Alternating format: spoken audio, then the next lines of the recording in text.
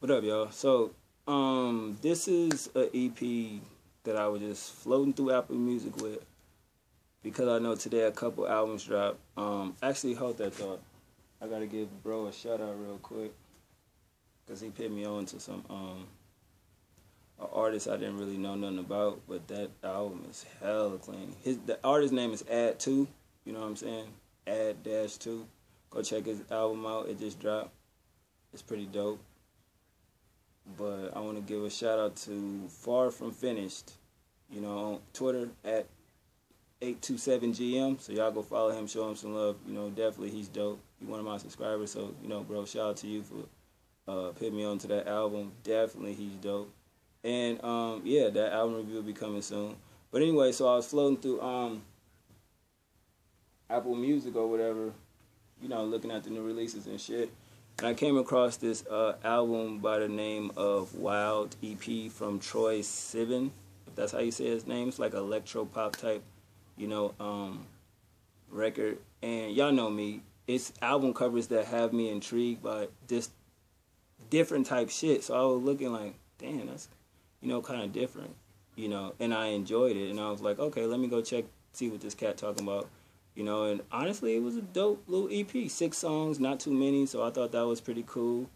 Got one feature by the name of Takei Meza, or however the fuck you say it. My bad if I fucked the name up, but yeah, it's a dope EP, man. You know, first track called Wild.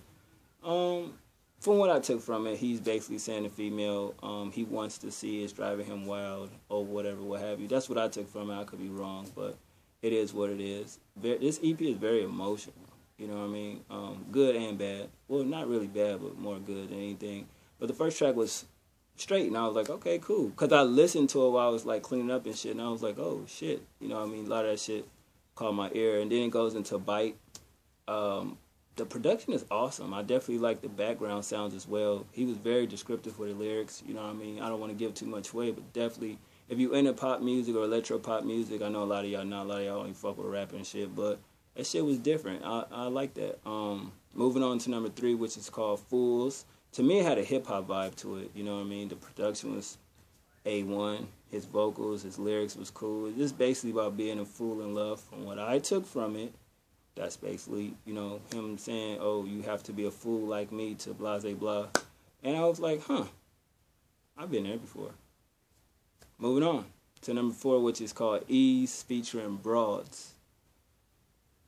Yeah, that's the same shit I said. I was like, wait, this person's name is Broads? Huh. Basically, the song is he saying, you know, he's comfortable with her by his side. You dig? And I was like, oh, I could respect that. And moving on to the next track, which is called The Quiet. Now, I was very intrigued from this production. I was like, you know, cleaning up and shit. You know, trying to get the other room together. And I'm like, what the fuck he just say? Like, really? Holy shit. So I literally had some in my hand. I just dropped that shit like, whoa. Like, that shit was crazy. You know what I mean? It's just basically saying anything on the earth is better than the female ignoring him. The quiet, you know what I'm saying? That is true, though, because, like, when you got a girl, you know what I mean? Like, if you really, really like the chick, no matter if you're in high school or you grown, college, whatever, you hate when your girl ignores you. It drives you batty. It's like, yo, I'd rather you throw something at me. Well, this is me. I'd rather you scream, yell, argue, do anything, but just don't sit there and don't say shit because it drives me out of my fucking mind. I literally can't deal with that shit. That shit is like... I'm an argumentative type person. I just like to argue sometimes. But the key of argument is have an argument. Don't just do random dumb shit and you don't know what the fuck you're talking about. So being quiet with me, I don't like that shit. You got to express yourself and say what it is, your fucking problem. I can't read your fucking mind if you don't fucking say anything. So that's how I was like, listen to the record like, holy shit.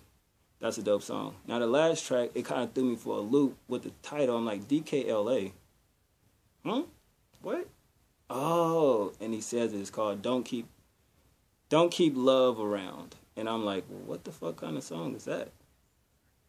And then you listen to it and it's like, oh, got you. It's a very dark song. I'm gonna leave it at that.